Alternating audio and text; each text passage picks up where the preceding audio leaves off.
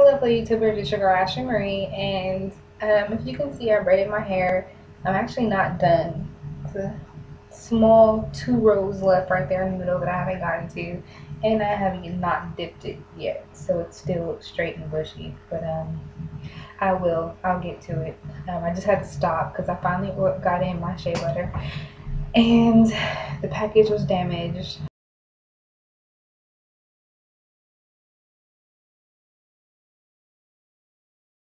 But the shea butter was still good, so I did request my money back or another shea butter, and I told them I'm not returning the item, so they need to reimburse me or send me a new one, but without me returning it, because I'll be damned. It was late and it was damaged when it came in, so I'm not handling that.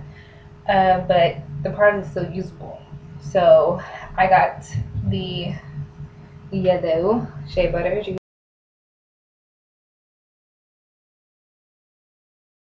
see that, and I mean it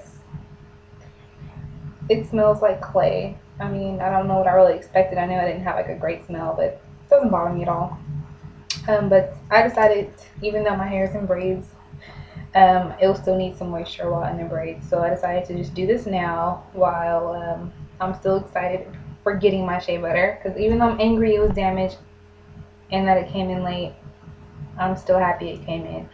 So while I'm still excited about it, I'm going to do this. So I'm going to do my first ever shea butter mixture. And I will try different versions of this. But this time I kind of want to mix in more oils than what I thought I would. At first I thought I'd use only maybe 1 or 2, but this time I'm going to use a bunch of different ones, but a little of each, not too much. So we'll see how it comes out, and I'm trying to make it really creamy because that's what I want. So I don't really know how many ounces this is, but as you can see, it's a good amount in there. I kind of just scraped off the top. I got 32 ounce shea butter, and I kind of just scraped off the top, and that's what I was left with.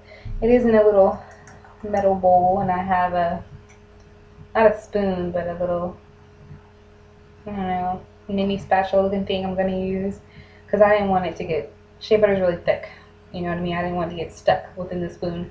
So I left it at room temperature. I left it in the bowl for a while, enough to soften up a little bit, but that's that. So of course I'm going to use a little bit of olive oil. I'm going to do about a tablespoon of the olive oil. And my estimates aren't perfect. I'm just kind of guessing. So teaspoon, tablespoon, not very much either way it goes. I also decided to use a bit of coconut oil. This one is unrefined organic.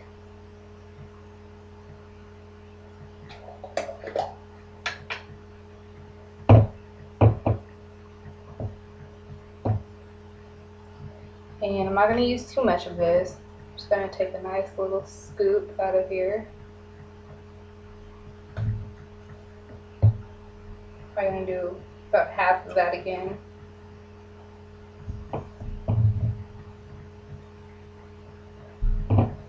So that's all the coconut oil I'll be using. I also really love grapeseed oil. I bought it and I absolutely love it. So that's in a nice little applicator bottle, if you can see. I'm going to use some of that.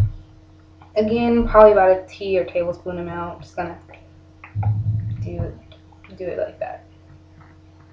Oh, got some shea butter on there. Okay. And I also really love the almond oil. These are probably my most used oils. So I'm going to put about a tea or tablespoon of that in there as well. And this one's a little bit thicker.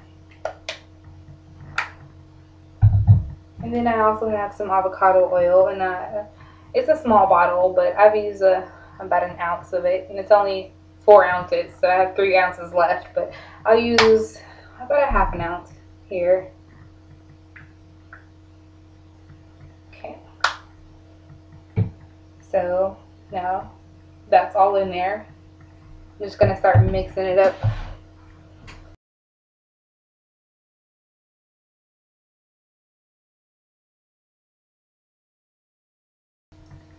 Okay, so it's already starting to get a little creamy. I can see the oils mixing in with the shea butter.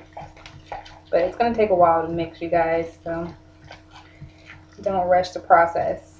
I mean, even if you were to like melt it down, once it solidifies, you still have to mix it again to get whipped shea butter. And I'm trying to get it pretty whipped and creamy because I'm trying to use it now while my hair is in braids.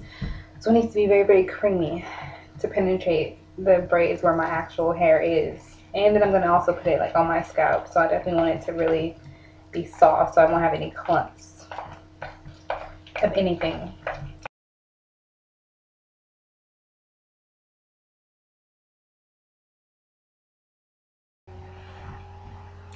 So after stirring a little bit, I simply filled the sink up with hot water, and then I placed my metal bowl inside the sink. And then I continued to stir it, and now I have a completely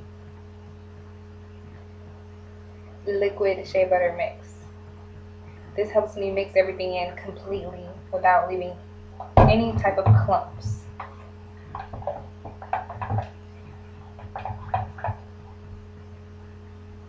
No need to boil water or anything. I just turned the water on the hot, stopped up the drain, and then placed my metal bowl with my shea butter inside. And as soon as it hit the water, it liquefied for me.